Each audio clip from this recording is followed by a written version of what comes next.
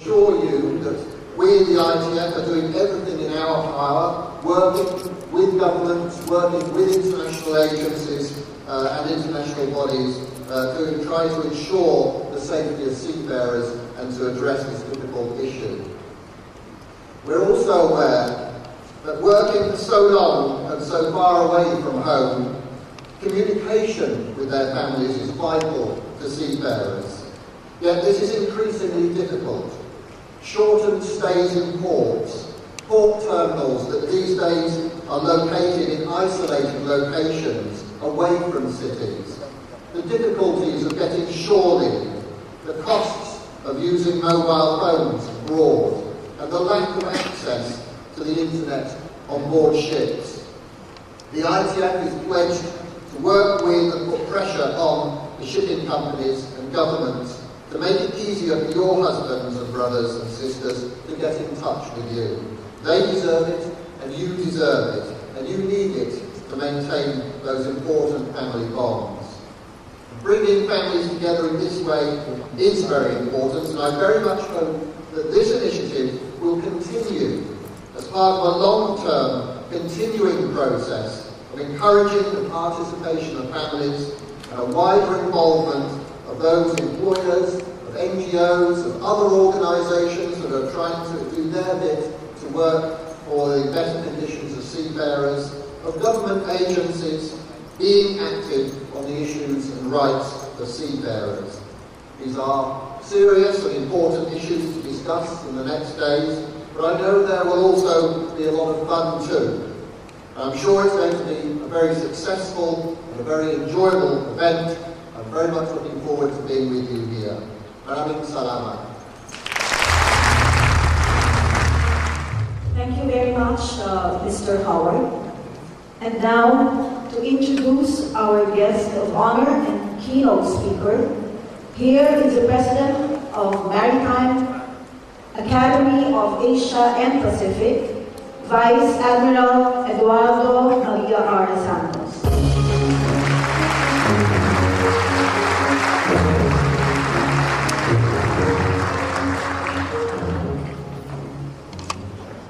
Excellencies, distinguished guests, ladies and gentlemen, good morning. Our principal guest of honor is unable to be with us this morning in view of urgent matters of state, but together with the sunny weather, we're very fortunate indeed that our guest of honor and speaker for the very first Seafarer Family Convention is a leading luminary in the labor sector, both here and abroad. She is a career executive officer who for the last 35 years has maintained an untarnished service reputation for honesty, diligence, and competence. Her expertise encompasses the fields of industrial relations, public governance, international labor cooperation and development, and migration. Because of these professional strengths, she was placed at the helm of the National Conciliation and Mediation Board in 1997, then as the Department of Labor Undersecretary for Labor Relations and Management Services in 1998, and served for 7 years as the Administrator of the Philippine Overseas Employment Administration, or POEA. Our speaker for today is also very well recognized and respected for her competence in international relations. In 1999, she was the first woman to be designated as chairperson of the International Labour Organization, or ILO's, Committee on Applications and Standards. Known for her passion and expertise in ensuring better conditions for workers, she was chosen as chairperson of one of the 3 technical committees in the ILO that consolidated 61 international maritime instruments into just one Maritime Labor Convention. This vital protective instrument addresses the plight of workers in the maritime industry. The Maritime Labor Convention now more popularly called MLC, was adopted in Geneva in 2006.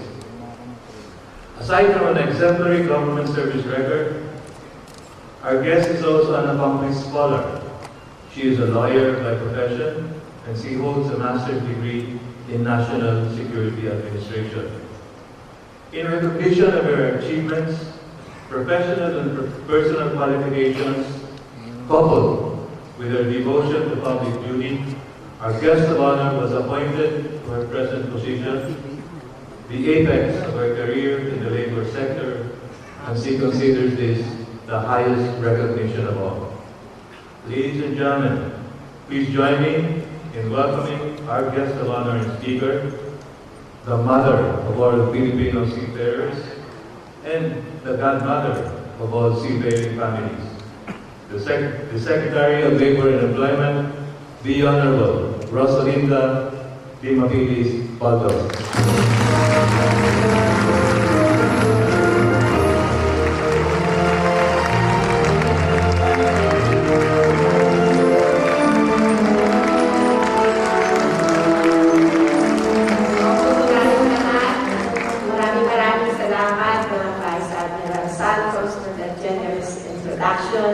Isang napakaganda at napakaaliwalas na umaga po sa ating lahat. Good morning to everyone. I am here to represent His Excellency the President, and I am also here to, first of all, to convey, in behalf of the Department of Labor and Employment, our warmest congratulations, most especially to the men and the women behind this first Seafarers, International Seafarer Family Convention, none other than Madam Marisa Oka, and of course, with the full support of Dr. Conrad Oka, the bearer of the great name Captain Oka that he has left behind, not only for the family but for all of us. And before I also proceed with reading of the message of the President, Mr. Howard mentioned about the Seafarers Identity Document. I am happy to update you that the convention has passed through tripartite consultation and endorsed for ratification by the tripartite sectors. It has gotten the concurrence of all the concerned agencies that will be involved in its implementation, and the latest is that it is now with the Department of Foreign Affairs ready to be transmitted to the Office of the President for his approval. And the Maritime Labor Convention very close to my heart.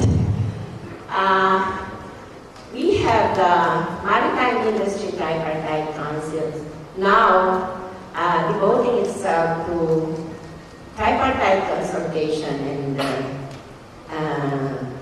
addressing some issues, most in particular the issues with respect to the domestic shipping.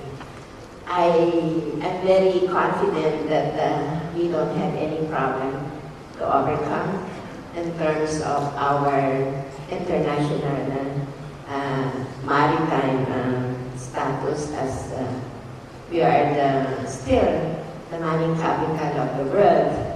But given the cooperation of all the social partners, including the different government agencies that will be involved in the implementation of the Maritime Convention, along with the sustained support and assistance being extended to us by the International Labour Organization through the Office of International Standards under CLEO and the Lumbia, I see no reason why we cannot accept the challenge to take the lead in making the convention fully effective, as we are also very much committed for the ratification of the Maritime Labor Convention, hopefully within the year.